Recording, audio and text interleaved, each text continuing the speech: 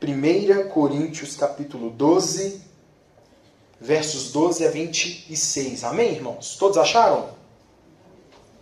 Assim vai dizer a santa palavra do nosso Deus.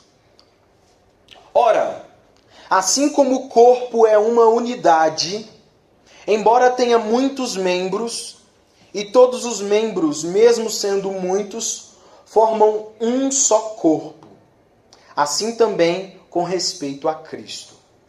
Pois, em um só corpo todos nós fomos batizados em um único Espírito, quer judeus, quer gregos, quer escravos, quer livres, e a todos nós foi dado de beber de um único Espírito. O corpo não é composto de um só membro, mas de muitos. Se o pé disser, porque não sou mão, não pertenço ao corpo, nem por isso deixe de fazer parte do corpo. E se o ouvido disser, porque não sou olho, não pertenço ao corpo, nem por isso deixe de fazer parte do corpo. Se todo o corpo fosse olho, onde estaria a audição? Se todo o corpo fosse ouvido, onde estaria o olfato? De fato, Deus dispôs a cada um dos membros do corpo segundo a sua vontade. Se todos fossem um só membro... Perdão que eu perdi aqui, irmãos. Eu perdi. Obrigado. Se todos fossem um só membro, onde estaria o corpo? Assim há muitos membros, mas um só corpo. O olho não pode dizer à mão, não preciso de você. Nem a cabeça pode dizer aos pés, não preciso de vocês. Pelo contrário, os membros do corpo que parecem mais fracos são indispensáveis. E os membros que pensam serem menos honrosos tratamos com especial honra. E os membros que em nós são indecorosos são tratados com decoro especial. Enquanto os que em nós são decorosos não precisam ser tratados de maneira especial, mas Deus estruturou o corpo dando maior honra aos membros que dela tinham falta. E a fim de que não haja divisão no corpo, mas sim que todos os membros tenham igual cuidado uns pelos outros. Quando um membro sofre, todos os outros sofrem com ele. Quando um membro é honrado, todos os outros se alegram com ele. Amém? Querido Deus, essa é a sua palavra e pedimos ao Senhor para que ilumine o nosso entendimento, para que nós possamos fazer bom proveito da tua palavra, aplicando as suas escrituras nos nossos corações. No nome de Jesus, a oração que nós fazemos nesse momento. Amém. O contexto imediato dessa carta, o apóstolo Paulo ele começa a tratar com a igreja de Corinto diversos assuntos acerca dos dons. E aí ele começa a listar uma série de dons que da parte de Deus foram distribuídos pela igreja.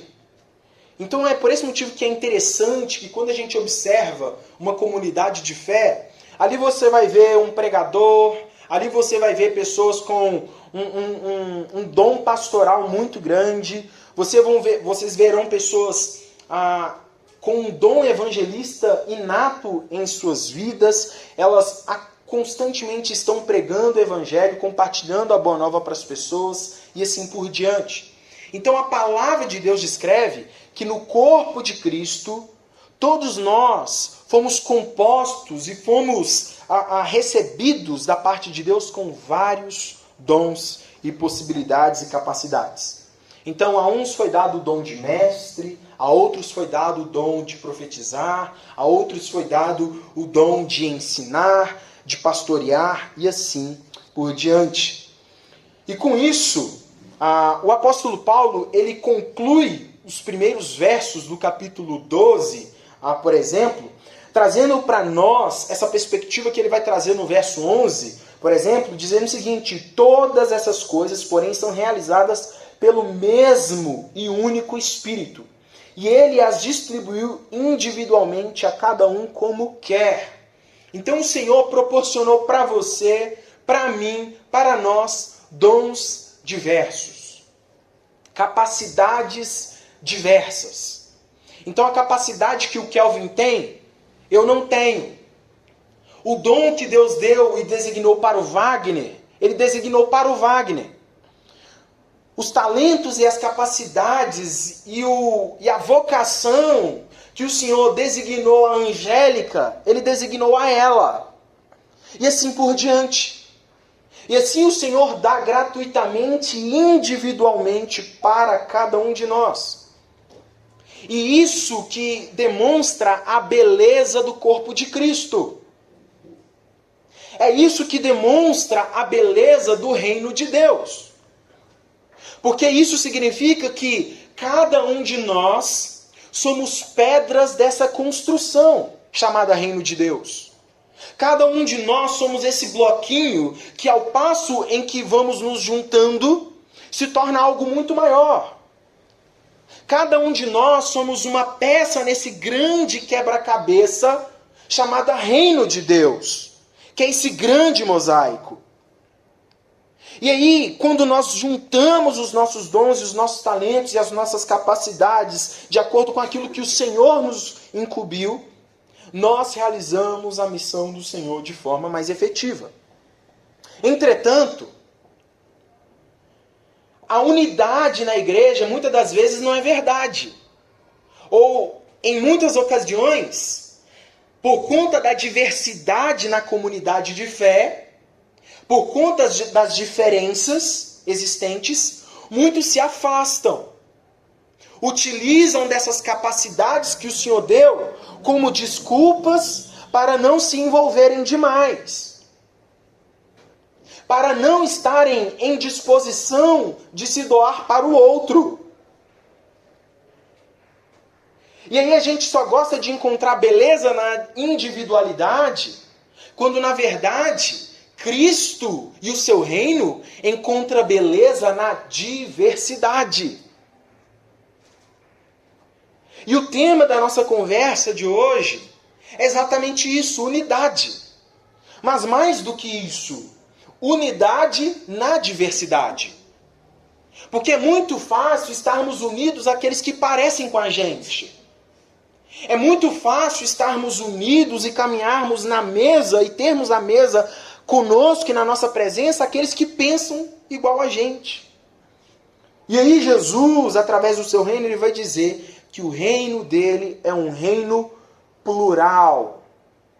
É um reino diverso. É um reino que se estende. E por conta das diferenças é o que faz do reino de Deus ser algo magnífico. O que faz do reino de Deus ser algo belo e maravilhoso não é simplesmente o quanto nos parecemos, mas é o quanto nós nos diferimos. Pois as nossas diferenças precisam se complementar para um objetivo maior. E diante disso, dando a sequência nessa contextualização acerca dos dons, o apóstolo Paulo ele segue nos versos 12 e 13, trazendo para os coríntios a realidade de que eles fazem parte de um só corpo através do Espírito. E isso joga fora toda aquela perspectiva separatista de muitos cristãos. Muitos cristãos querem viver sua vida longe da comunidade de fé. Querem viver as suas vidas e exercerem os seus dons distante da comunidade de fé. Mas, irmãos, o lugar onde nós podemos exercer aquilo que o Senhor nos deu é na comunidade de fé. É com os nossos irmãos. É na igreja de Cristo. Porque é na igreja de Cristo que nós fazemos parte de um só corpo. Um só corpo. Eu não consigo exercer aquilo que o Senhor proporcionou para mim. A vocação que o Senhor colocou na minha mão, sob os meus cuidados. Sentado no sofá da minha casa, assistindo um jogo de futebol, ignorando o que o Senhor tem a falar conosco. Não é dessa maneira que o Senhor vai falar com a gente. E aí ele vai dizer no verso 12 e 13, ora, assim como o corpo é uma unidade, embora tenha muitos membros, então o Paulo ele começa a usar como uma exemplificação o corpo. O corpo ele tem mão, pé, joelho, cabeça, olhos, boca, orelha. E eles compõem a unidade. Eles compõem uma unidade, que significa corpo. O corpo é um conjunto de vários membros. Então, o apóstolo Paulo diz, assim como o corpo é uma unidade, embora tenha muitos membros, então nós fazemos parte de um corpo. E qual corpo é esse? O de Cristo Jesus. A saber, a sua igreja. E essa igreja ela é composta de muitos membros. E todos os membros, mesmo sendo muitos, formam um só corpo. Assim também com respeito a Cristo. Pois em um só corpo todos nós fomos batizados. E o que o apóstolo Paulo está trazendo aqui para os coríntios?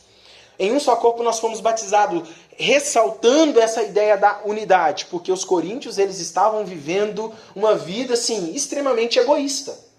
Nos capítulos anteriores, por exemplo, no capítulo 11, a gente começa a enxergar, por exemplo, a dificuldade dos discípulos de aguardarem os outros no momento da ceia.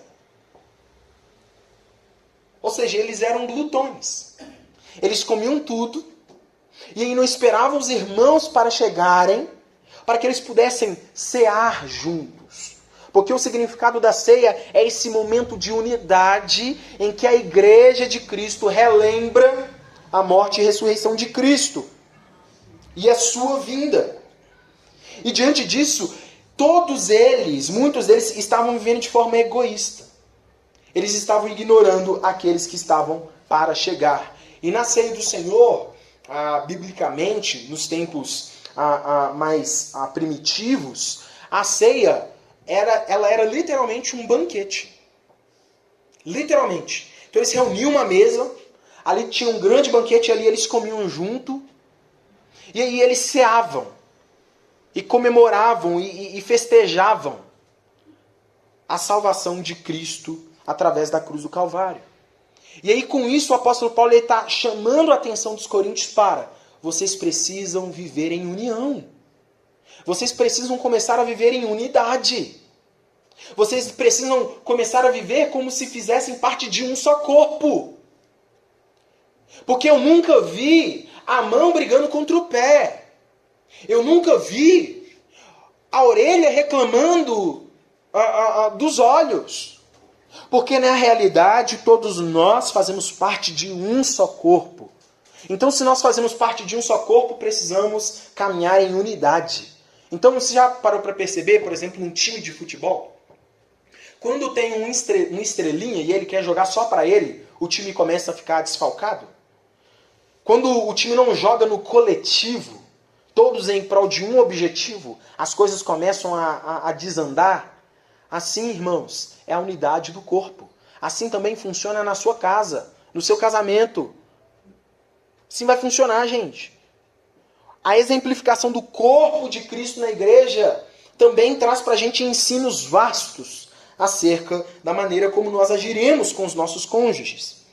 E aí ele vai trazer para a gente: pois em um só corpo todos nós fomos batizados em um único Espírito.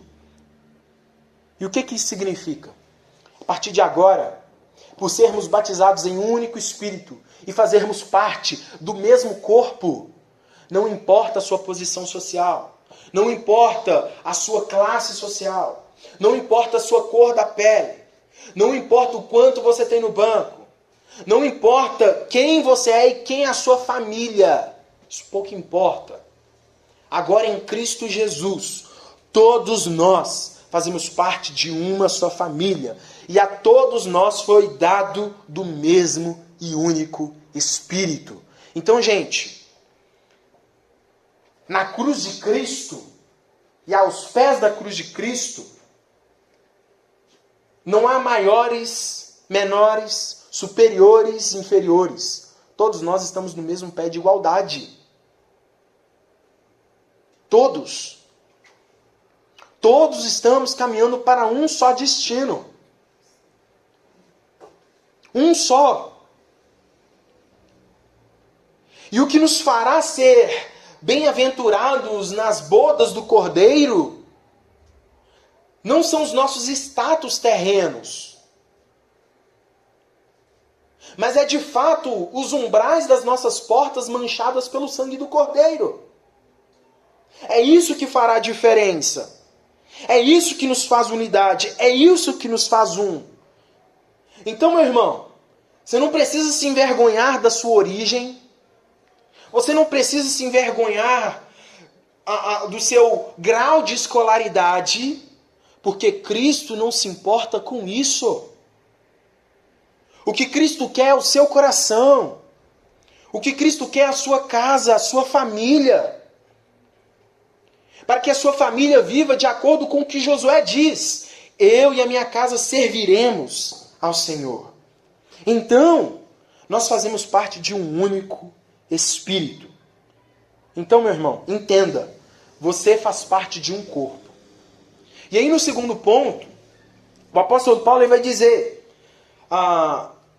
no verso 14 em diante, o corpo não é composto de um só membro, mas de muitos.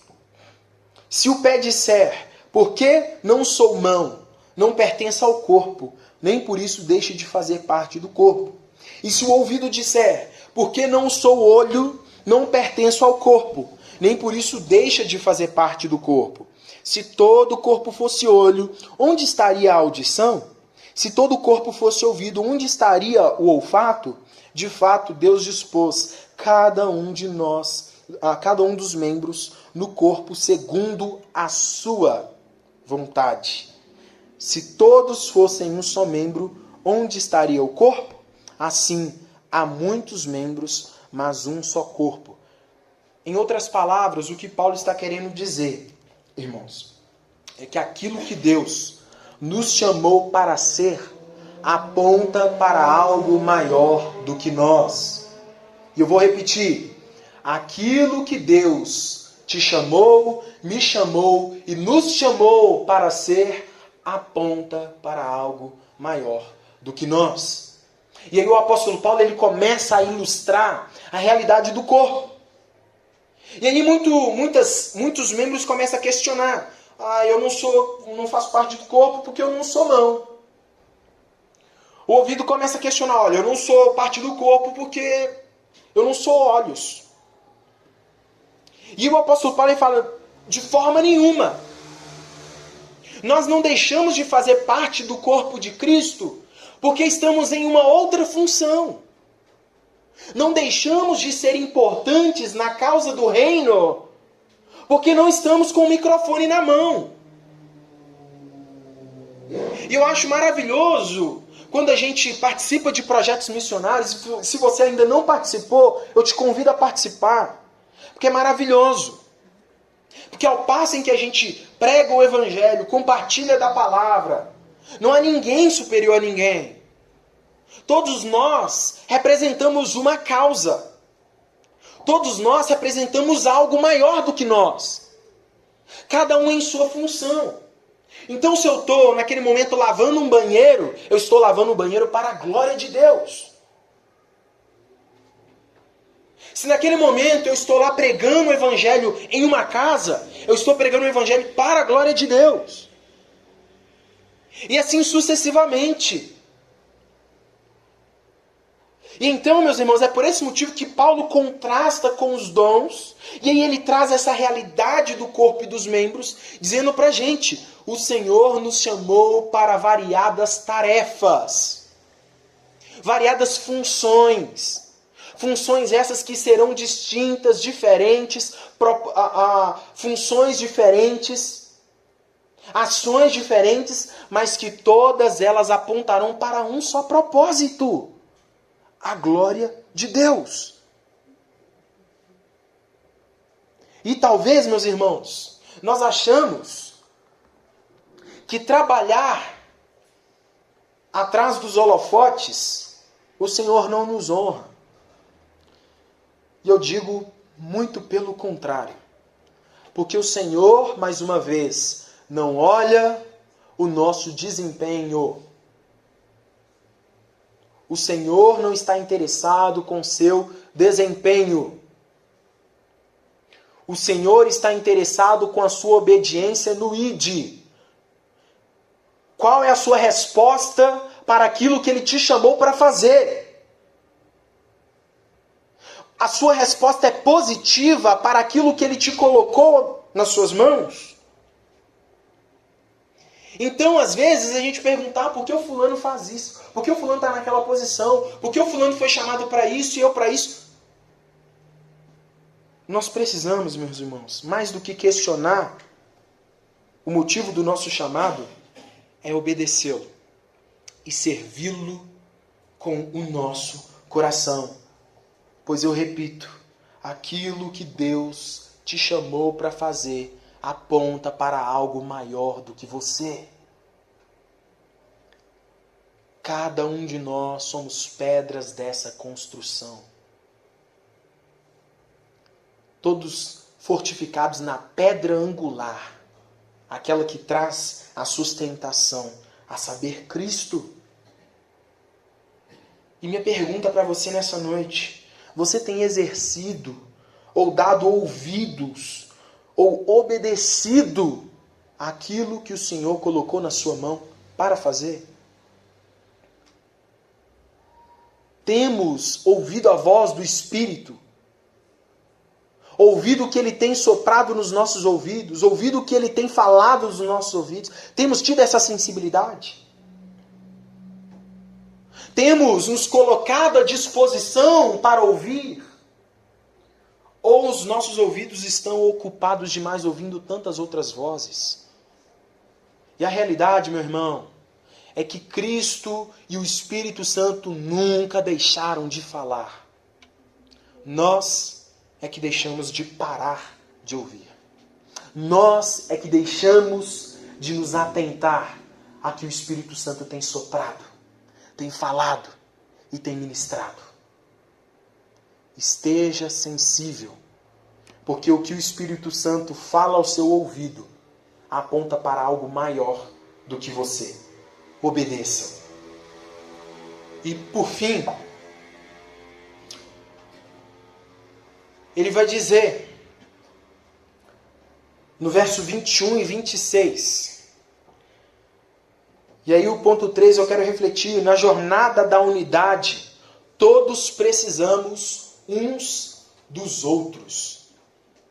Gente, caminhar com Jesus, caminhar com Cristo, caminhar no Evangelho, nunca é sobre uma caminhada sozinha, nunca é sobre uma caminhada só, nunca é sobre uma caminhada solitária.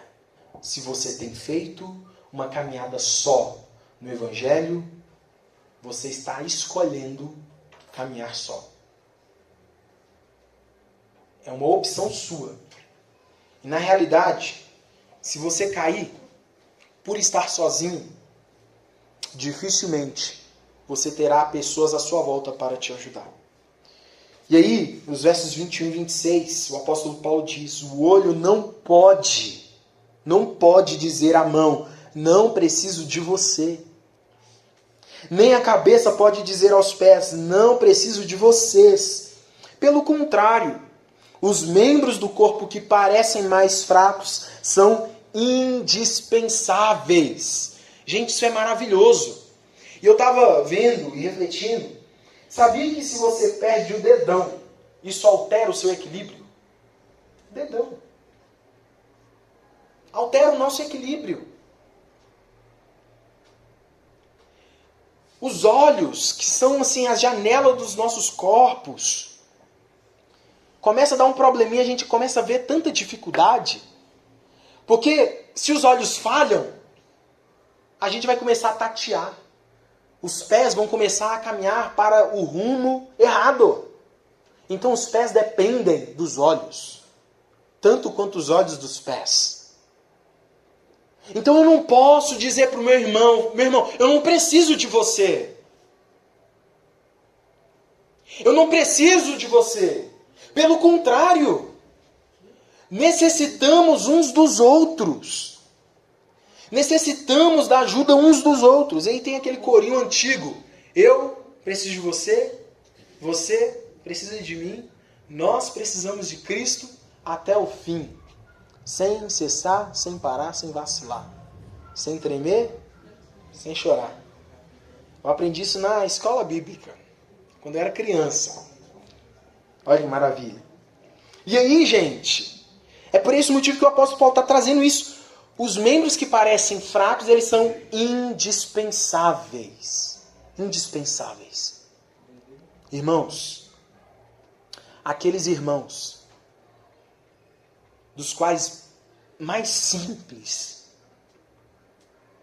que às vezes a gente não dá nada para eles, eles são indispensáveis. Precisamos uns dos outros, irmãos. Nas orações, no repartir do pão, na jornada, na caminhada, assim como o Provérbios vai descrever, o cordão de 3 dobras não se rompe facilmente, porque se você estiver caminhando com mais alguém, se você cair, o outro levanta. E no verso 23 ele diz, e os membros que pensam serem menos honrosos, tratamos com especial honra. E os membros que em nós são indecorosos são tratados com decoro especial. Enquanto os que em nós são decorosos não precisam ser tratados de maneira especial, mas Deus estruturou o corpo dando maior honra aos membros que dela tinham falta, a fim de que não haja divisão no corpo, mas sim que todos os membros tenham igual cuidado uns pelos outros. Então, meu irmão, e esse cuidado é a necessidade que nós precisamos ter uns para com os outros. E mais uma vez, retratado na figura também do nosso lar. Cuidem uns dos outros, marido, mulher. Cuidem de vocês mesmos. Cuidem uns dos outros para que não haja espinhos começando a brotar no casamento. Tiver que pedir desculpa, pede. Tem que pedir perdão, peça. Não permita que o orgulho o ensoberbeça e faça com que você negue o outro. Pelo contrário, o outro é fundamental e importante. E a gente precisa praticar fundamentalmente esse amor mútuo. No verso 25, a fim de que não haja divisão no corpo, mas sim que todos os membros tenham igual cuidado uns pelos outros. E no verso 26, quando um membro sofre, todos os outros sofrem com ele. Quando um membro é honrado, todos os outros se alegram com ele. E aqui, gente, é um princípio tão belo, mas algo difícil de ser cumprido. Porque, não sei se você já reparou, mas não é muito difícil você chorar com os que choram. Não é muito difícil sermos convocados para chorar e nos comover com aqueles que estão em sofrimento. Mas já reparou que existem mais dificuldades da nossa parte em nos alegrar com os que se alegram? Nos alegrar com a alegria do outro. Nos alegrar com a conquista do outro. Porque tem gente, irmão, que fulano tá chorando, tá triste, ô fulano, conta comigo. Mas aí o fulano conquista algo de bom para sua vida, o fulano murcha na hora. Você vê, assim, no semblante do fulano, fulano conquistei isso. Ó, sério, fulano. Fulano até enverga, faz igual um bambu, assim, ó. Não é? Misericórdia. E a gente tem que pedir ao Senhor essa capacidade de nos alegrar com a conquista do nosso irmão. Meu irmão, você conquistou isso, glória a Deus, cara. Vamos orar junto, vamos nos alegrar. Vamos fazer uma festa, vamos fazer um churrasco. Né, Wagner? Né, Sandro? Uai, tá na hora já, uai. Só uma carne. Né, Tião?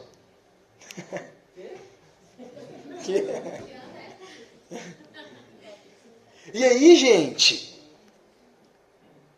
Isso é ser unidade. Quando a alegria e a tristeza do nosso irmão nos afeta. Quando nós não somos indiferentes à causa do nosso igual. Quando o nosso irmão está passando uma necessidade, a igreja se engaja em amor para a causa desse irmão. Quando o irmão está em alegria e desfrute, a igreja desfruta a alegria. Irmãos, nós precisamos nos alegrar em unidade. Precisamos começar a desenvolver afetos que começam a gerar em nós as raízes verdadeiras do Evangelho de Jesus. Para que nós nos pareçamos mais com Cristo e menos conosco mesmo. Então, a partir de hoje, que nós possamos desenvolver em nosso coração a generosidade, a alegria pela conquista do nosso irmão, chorar com o nosso irmão que está em sofrimento. Porque é isso que significa ser um corpo. Porque quando a cabeça dói, o corpo sente. Quando o dedão está sofrendo, quando você chutou o meio-fio, o pé inteiro dói. Quando você tem algum problema renal, o corpo todo sente. Então, assim como a mecânica do corpo funciona, o corpo de Cristo precisa funcionar da mesma maneira. É por esse motivo que o apóstolo Paulo exemplifica o corpo de Cristo exatamente como um corpo fisiológico. Porque apesar de muitas funções e variadas e distintas funções, só somos corpo se estamos ligados um ao outro. Só somos família se estamos ligados um ao outro. Então, meu irmão, qual visão do Evangelho eu e você temos tido? Qual perspectiva do Evangelho eu e você temos disseminado? O que eu e você temos praticado acerca do Evangelho? Saiba, meu irmão, que o que Deus te chamou para ser e fazer, o corpo que Ele te convocou para estar, tudo isso aponta para algo maior do que nós. Então saiba disso e lembre-se sempre disso. O reino de Deus, meus irmãos, que é um reino de amigos, e eu tenho uma dádiva de ter amigos no reino de Deus, amigos no reino de Deus, dos quais eu posso conversar, chorar e me alegrar. Porque eu entendi que a caminhada não precisa ser só. Não precisa ser como um lobo solitário. Não. Eu entendo que há iguais que fazem parte de um mesmo corpo. Membros diferentes do que eu, que foram chamados para outras funções, mas que são tão corpo quanto eu. E que juntos servimos ao Deus a um propósito maior. E que, meus irmãos, a primeira igreja batista em Vila Pinho possa ter e exercer esse pensamento. Sem você, eu não sou igreja. Sozinho, eu não sou igreja. Eu só sou igreja porque eu tenho você e vocês na minha vida. E juntos caminhamos em prol do reino até que ele venha. Que Deus nos ajude, meus irmãos, e que caminhemos para um propósito maior do que nós. No nome de Jesus. Amém, meus irmãos? Amado Deus,